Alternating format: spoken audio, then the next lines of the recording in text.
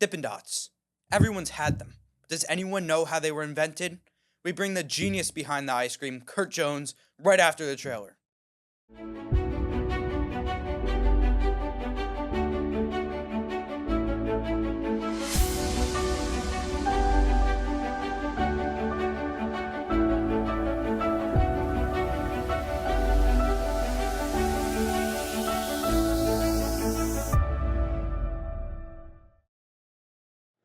Hi everyone, we're now with Curt Jones. How you doing today? Hey, doing well. How are you doing? Good. We have a lot to get into. I know you've started two businesses over your career. It's my understanding that Dippin' Dots came from the idea of creating frozen cow food. Could you explain how this idea of frozen cow food turned into creating a national ice cream brand? Sure. A little background on that is, of course, I'm here at Southern Illinois University today where I went to college. I grew up on a farm south of here about 45 miles. I became a microbiologist. I got my bachelor's and master's degree in micro, but I always concentrated on the industrial side more than the medical side. So I was into fermentations and making alcohol from sugar and amino acids from sugars and using microorganisms to do that. So this led me to a job for a company called Alltech down in Lexington, Kentucky. And we were actually making bacteria to go back into animal feed. So like when you eat yogurt, you have healthy bacteria in the yogurt, for example, and you've heard the term probiotics. Yep. So that's what we were doing. We were putting probiotics back into animal feeds. And one step in there is that you have to freeze the cultures while they're alive, and then freeze to dry them into a powder, and then be able to bring them back to life in the animal feeds. So I started experimenting with liquid nitrogen because it was colder than what we were using at the time to freeze it. And my theory was, and it's kind of a proven scientific fact, but the faster you freeze something, the smaller the ice crystal, so the cells had a better chance of surviving the process. So anyway, all that leads up to is that when I was using liquid nitrogen, there's various ways you can freeze something with liquid nitrogen, but I found that if you made little droplets and let them fall into a liquid nitrogen bath, you can make little pellets. And then, of course, a couple months later, I was making homemade ice cream and thought, why not make ice cream this way? Because when you're making ice cream, you want small ice crystals too, so you have a smoother product. And that's kind of the background of how I got into doing Dippin' Dots. How long does the process take for the Dippin' Dots to get the exact form that they are?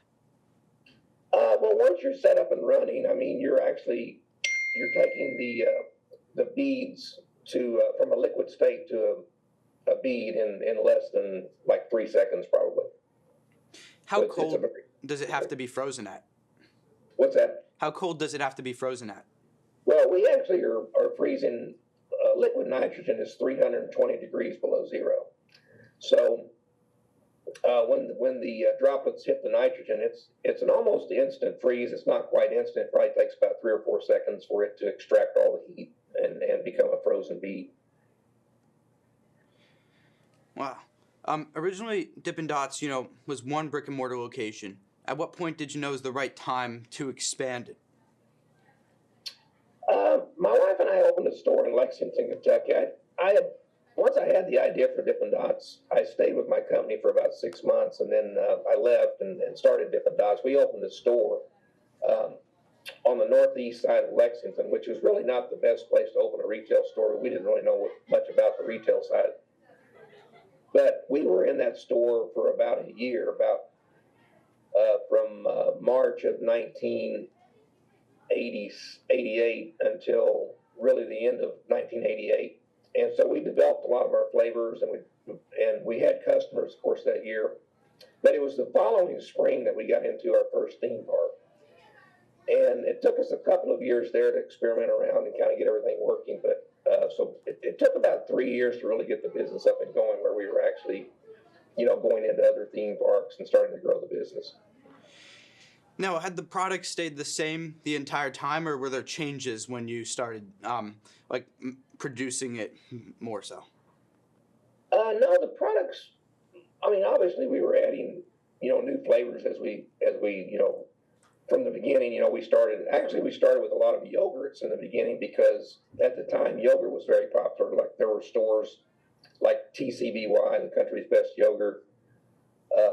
I Can't Believe It's Yogurt was another brand. So we had a lot of yogurt offerings in the beads, and then we also had some ice creams. And when we got into the amusement and theme park business, we started doing more ice cream because you weren't really selling to a market that was looking for necessarily healthy treats on the one day that they went out, for the summer. So we sold a lot of ice cream in theme parks over the next several years. Now, as you said, like theme park, like I know like zoos, malls, that's where it can mostly be found. I find it pretty interesting, like your marketing strategy of bringing the product to the customer instead of the customer coming to the product. How has that different marketing strategy helped the brand grow? Well, I think for us, by being in theme parks, well, one thing we found out early on is that our product had to be kept at a colder temperature than regular ice cream, because if you just put it in a regular freezer, the beads or the dots will actually melt together. So we found that we really needed to be keeping the product close to 40 below zero. And so every time that we got a customer, it actually cost us money because we had to buy a freezer, to supply to that customer. So our theory became, if we're going to buy a freezer every time we get a customer, let's make sure the customer can use a lot of product. And so that kind of led us to the larger venues like the theme parks and state fairs and things like that. So how come it can't really be found at supermarkets? Do they not have like freezers that could go that cold? Well, later on, we did start putting small Dippin' Dot freezers in supermarkets, but it wasn't really for the consumer to take the product home unless they were taking it for a party. It was more for an impulse item. So like if you were shopping with your kids and your kids wanted a snack, you could buy it, take it out, eat it in the car on your way home. You could buy it like if you had a party, a birthday party that night, but it wasn't really meant to be kept in your freezer at home because it would melt together after a couple of days. It's still good to eat, but it just wouldn't be free flowing. Yeah. At what point? I know you said like it started growing when you got to your first amusement park. At what point did it just explode? Yeah, probably. Like I said, in 1989, 90, 91, it was still a lot of experimenting. Like the first theme park we went into was Opryland, USA, in Nashville, Tennessee, which was a music theme park. And everybody there loved the product, but we were wholesaling it to them, and they were selling it through their stands and stores and things. And it wasn't selling very good because nobody knew what it was. And we found out that in the third year we were at the park, that they let us come in and actually run it just like it was our store. So then we could start sampling people and talking about the product. Yeah, I definitely remember like that slogan has always resonated with me, and I always thought it was the coolest thing when I went to Chuck E. Cheese and saw the little vending machines that you guys had. Like it just blew my mind seeing like the vending machine go and like with the suction like I always thought it was the coolest thing.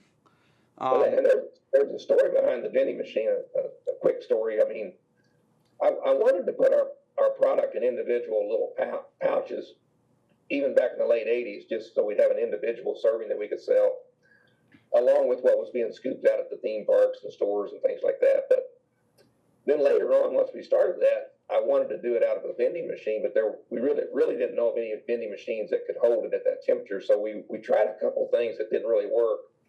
And then we came across a company called Fast Corp, and they were actually making a vending machine that had the robotic arm that went down into the chest freezer. And the chest freezer is the real key, because when you open up a freezer that's got a door facing you, and you open that door, all that cold air falls out because cold air is heavier than warm air. So in a chest freezer, you don't lose all that cold air. And so we worked with the company to actually put a 40 below freezer into their existing vending machine. And then, we were able to sell it in vending machines. And of course, like you said, a lot of kids really like to watch the robotic action, if you will. So anyway, kind of transitioning from being in the Dippin' Dot world to just a different brand called 40 Below. No, I understand that like one of your most popular products you have, the coffee beads, is very similar to Dippin' Dots, but can be enjoyed as like a frozen treat or as coffee. When drinking it as a coffee, how's it different from other coffee brands? Well, it's really interesting because I started the coffee. We called it 40 Below Joe, and the idea was to give you frozen beads of coffee, whether you're a coffee shop owner or a consumer at home. And you can pour the beads into a cup. You can add a little bit of water, and you can microwave it, or you can steam it, and it comes back to life. It's a great cup of coffee. We use high quality Arabica beans. We're freezing it through an espresso process that we developed that uses gaseous nitrogen to push the product through. So there's no oxygen in the process. We lock it in at 320 below zero. So it comes back and makes a great cup of coffee. It's really about the convenience of it. So you can basically have a great cup of coffee, in as little as 2 minutes with no grounds or filters or anything like that. It's just kind of made for you. Now, after we did that, we found that there was also a market that if we made little beads of creamer to go with the coffee, we basically are able to sell an edible coffee now. So now you can rip open a pack and just get a spoonful of salted caramel. It's got salted caramel, dairy-free creamer, but versus real coffee. So that's how we're selling most of the 40 Below Joe right now, as an edible treat. And you can eat them not frozen. Well, you can let it melt if you like, but you can eat them frozen. So it's like kind of like getting a frappe, except instead of like a milkshake, you're just eating like Dippin' Dots in a way, but you're getting your coffee. What's your favorite flavor? Salted caramel, which is also our best seller as well. Yeah. So in what ways have you marketed the product differently than you marketed Dippin' Dots? Well, the coffee, with Dippin' Dots, the market was really kids, and I say kids of all ages because there's adults that like Dippin' Dots, but we found that kids 8 to 18 was kind of our sweet spot, if you will. That's the group that really bought a lot of Dippin' Dots. With the coffee and even some of the fruits that we've developed, we're catering to a wider demographic now, because adults like coffee and adults like healthier fruity items, and so we're also trying to use really natural ingredients. We try not to use any types of gums or anything in our product that we don't need. So like our dairy desserts are milk, cream, sugar, natural vanilla, and then whatever add-ins we're putting in, if it's Oreos or whatever it might be. So like our banana split that we have with 40 Below desserts is different than what we did at Dippin' Dots, because instead of adding like a strawberry flavoring or a banana flavoring, we're actually using real bananas and real strawberries to get the the taste that we want and the naturalness. And of course, by like the liquid nitrogen, you preserve the flavor more, right? And exactly, yeah. And you don't really need to have all the other things in there, like the guar gums and all that kind of stuff. It's all bad for you and doesn't make a difference really much in taste. So, for future expansion, do you plan to release any new flavors? Oh yeah, we will. We'll come out with some new flavors every year. And the nice thing is that what's different than when we were doing Dippin' Dots is that we have probably 5 different brands already. We got the coffee brand. We've got a brand called Island Rocks, which is little beads of basically alcoholic mixers. So if you want to add alcohol, you can have a margarita, you can have a strawberry daiquiri, you can have a pina colada. We have a product called the Fruity Whey, which is made from basically cheese whey, which is milk water, if you will. Once the solids have been taken out for the cheese, in that milk water you have dissolved minerals and vitamins and proteins. And so we have like I said, a product called the Fruity Whey that kids can eat. It's going to have some minerals and vitamins in there and proteins. And then we're working on a high protein version of that where we have even added protein powder to go with that. But all the flavors will be made with real fruit. And then we're going to have, of course, we got the desserts now. We've got all the old standards like cookies and cream, cookie dough, rainbow, blast. We've got a couple of dairy-free options in the desserts. We have the strawberries and cream, which the strawberry beads are made with real strawberries. And the cotton candy, which is also dairy-free, is made with all natural flavors and all natural colors. So it's a really good tasting product, but it's got a lot of, it's a little better for you than just, the normal cotton candy stuff you would buy some places. So anyway, got a lot of variety, a lot of different brands, and we'll continue to work it. And we're also getting ready to offer a freeze-dried version of all these products. So that's coming out later this spring, actually. Now, originally when selling Dippin' Dots, it was majority brick and mortar. Is this still a model you believe for 40 Below Joe, or do you want to mostly online? No, we'll certainly sell it online, but instead of us building like 40 Below stores, you probably won't see anything like that, or not very many of them, or at least not for a while. We're concentrating on putting small freezers that have prepackaged products in them. So if you go into a bowling alley or a family entertainment center or a hospital or wherever it might be, you might see one of our freezers, and if you open up the lid, you'll have like 8 or 10 different varieties in pouches that you can pick up and get as an impulse item, basically. Now, you mentioned kind of like the healthier version and better tasting with real fruit version of Dippin' Dots. Could we ever see something like that coming into maybe like school cafeterias? Oh, for sure, yes. And probably, no, it's not something you'd probably get on the menu, but it would be like an a la carte item. So in other words, if you're going through the line, you want to buy a candy bar or something, you could buy a 40 Below dessert. And we're already in a few schools. And our it does help that our ingredient statement's a little more healthy because that still makes a difference. Some of the schools that we're working in, they're still giving the kids a chance to have a treat, but it's maybe it's a few calories less, or so it's working to go into schools now. Lastly, to end it off, what is your advice to an entrepreneur looking to disrupt or create a new industry? Well, I always tell people that it's got to be an idea that you yourself really believe in, because it takes a lot of passion to really withstand the ups and downs of starting a business. It's not, I know you'll always hear stories of how somebody became an overnight success, but in most cases it takes a while to build a brand.